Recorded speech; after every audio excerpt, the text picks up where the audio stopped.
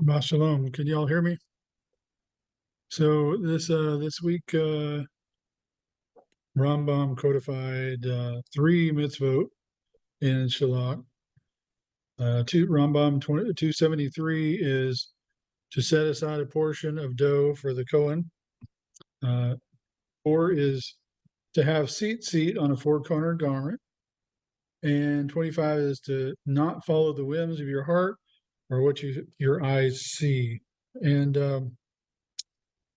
so let's see, I'm going to try to say this diplomatic. I would love to go and give drashas about, butterflies and unicorns.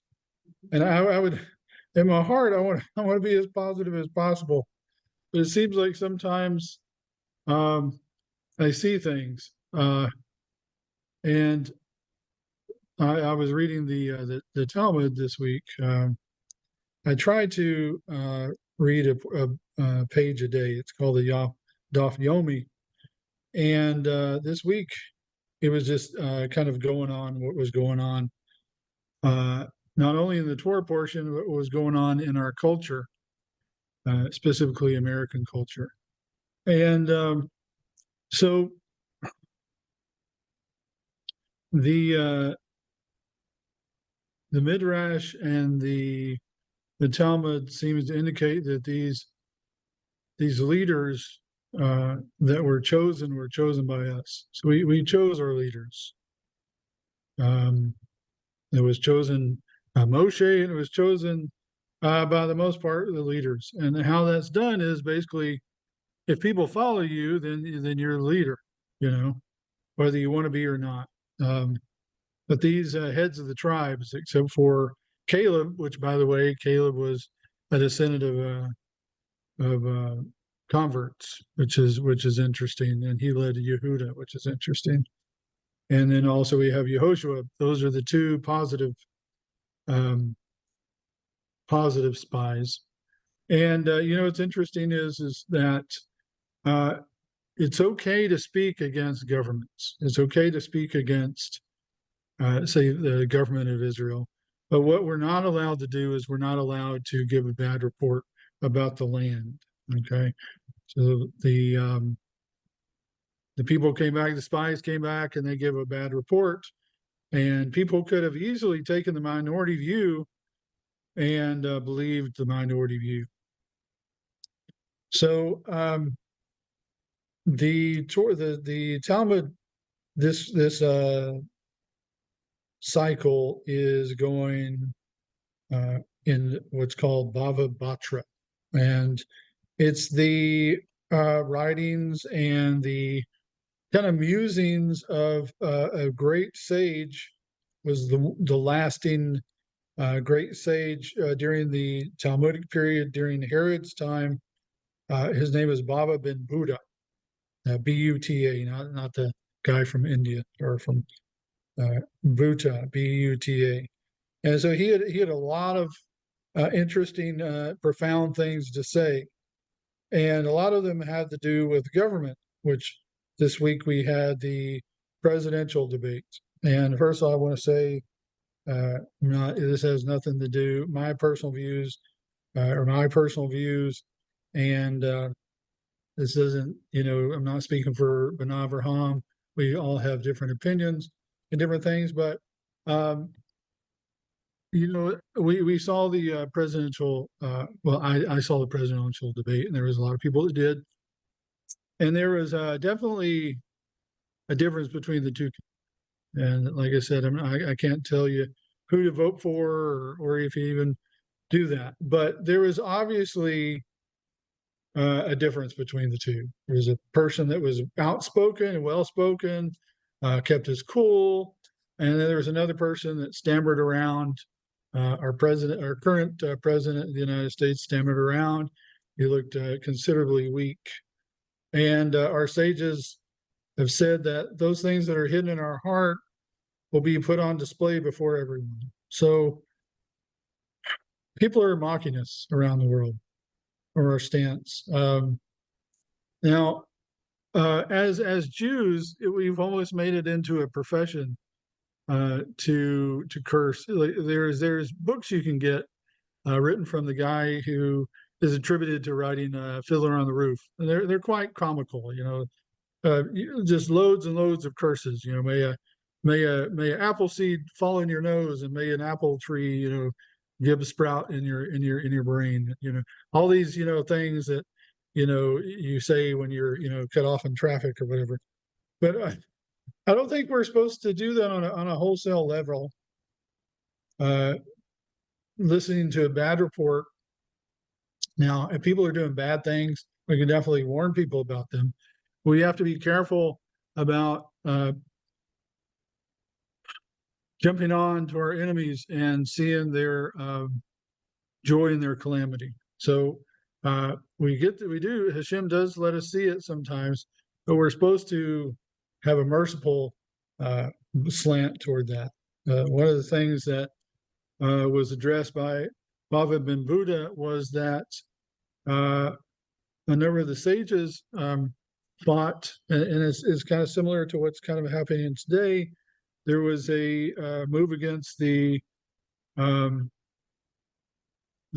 temple tax that Herod was putting out, and it caused, according to Baba Ben Buta, it caused the death of a large amount of the sages. So Baba Ben Buta then gives an analogy of a man who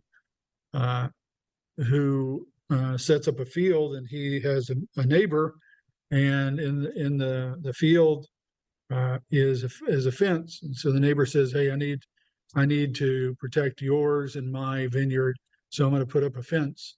And so the neighbor says, I ain't going to pay for no fence. And so the neighbor says, "Well, here's the cheapest fence that we can afford that can protect our vineyard." So he comes in, he says, "Okay, I'll build one wall, and you help me pay for the three." And he says, "No." And he says, "Okay, I'll build two walls, and you can pay half." So he goes, I'll do three, and then the part that is on your property, I'll just leave, and you can pay for that, or you can finish it." He's like, "Nope, nope, nope." So anyways, he's like, okay. So he sends his workers to get some of the man who wouldn't pay his grapes. And so he's like, "Hold on a second. Now, I didn't tell you to come in." He goes, "Well, it's mutual defense. So we both got to pay for it." And so the Rabbi Buddha was saying that's what caused a large part of the sages to die, was basically taking a stance to where it was like, "No, I'm gonna hold my ground." Right? We're seeing a division in our country to a degree that sometimes we latch on to an evil report. We can probably ask the people in Yugoslavia if their war was worth it. They broken up into 8 different countries or whatever. Ask their children, was it worth it? And so when I bring this up is we have to be sober-minded when we talk about our leaders. We're also judged by our leaders. We chose to believe the report of our leaders, who we chose. Every time we need to put ourselves in there. We need to put ourselves as just like, and a lot of times we like to sit back and we like to say, I would never do that. I'd be on the side of Yehoshua and be on the side of Caleb, but we don't know what we would do. But there's a story that goes into how Baba Buddha restores this. Okay, now King Herod was the first part of the first 3 pages of Baba Buddha discusses the horrible things that Herod did. He was an exceedingly wicked man. There's horrible things that are in there. You can read it for yourself. Baba Buddha 1, 2, and 3. But then it gets into something that happened specifically to Baba Buddha, and I'll say Rabbi Buddha from here on out, because there's a triple B. We call him a triple B. So there was a tradition. I wouldn't say a tradition. Maybe it was a. I've discussed this before. There was a Talmudic remedy for demons. And the remedy that these particular rabbis was very, very popular. We don't know if it was superstition or what it was, but there is a deal where they would shave the sides of their head, and they would cut a chicken open, and they put the chicken on their head. And so that would drive out demons of headaches, right? So, and we can laugh and stuff, but we all have our traditions, okay? But this was on full display, and people were like, these crazy Jews, they're going around with chickens on their head. So what Herod did was, okay, well, you love this tradition so much. I'm going to take a porcupine. I'm going to split open a porcupine. I'm going to shove it on your head. And Rabbi Buta was blinded. He was one of the last great sages that wasn't put to death, but he lost his eyesight. So he's sitting in prison, and Herod came to him and he said, "Oh man, that Herod, he's just a wicked, nasty Rasha. He's a filth bag. He's killed his children, and he's killed his wife, and oh man, he's so horrible." And Rabbi Buta, he doesn't know that he's speaking to Herod, and this is a story in the Talmud here. And he's saying, look, everything was sent to him by Hashem. This is all Hashem's doing. And he's like, well, yeah, but Herod is a monster, and he does all these things. And Rabbi Buta says, well, he has a greater chance to do teshuvah, and it's revealed in this Torah it's revealed in this Talmudic section that actually Herod was a slave. He was a freed slave, and his quest for greatness was overcompensating for a slave. And what Rabbi Buta said is, Herod the king was a slave, and unless he does teshuvah, he'll continue to be a slave, and he'll be a slave for time perpetuity. That will be his plight. But he has the opportunity to do teshuvah by restoring the temple. And it says that Herod, at the end of his life, now he died, horribly. He got the recompense that was due him, but he did do teshuvah in the fact that he did repair the temple.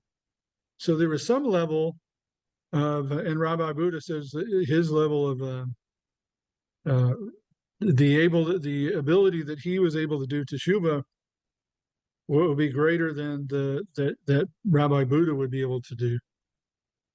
But it was a showing that Hashem, this goes back to the Torah portion. Moshe came to Hashem and said, listen, you are so merciful that you even forgive the goyim. And we have one of the most wicked kings who have ever lived, but he was a Jew, right? King Herod. And Hashem gave him a way to do teshuvah. And Hashem had mercy on him and allowed him to do teshuvah. So when we get a chance to review our leaders, we should ask Hashem to help us to accept the situation that we're in, and to help us to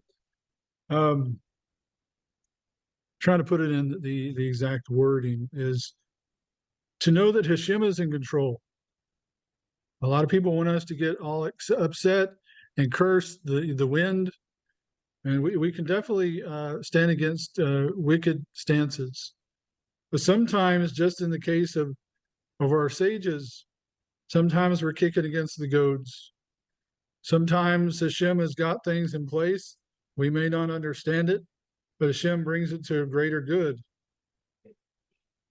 And so let us embrace doing the mitzvot, doing the best we can to uplift of Hashem, and giving tzedakah, and being a good, righteous Jew. Shabbat Shalom.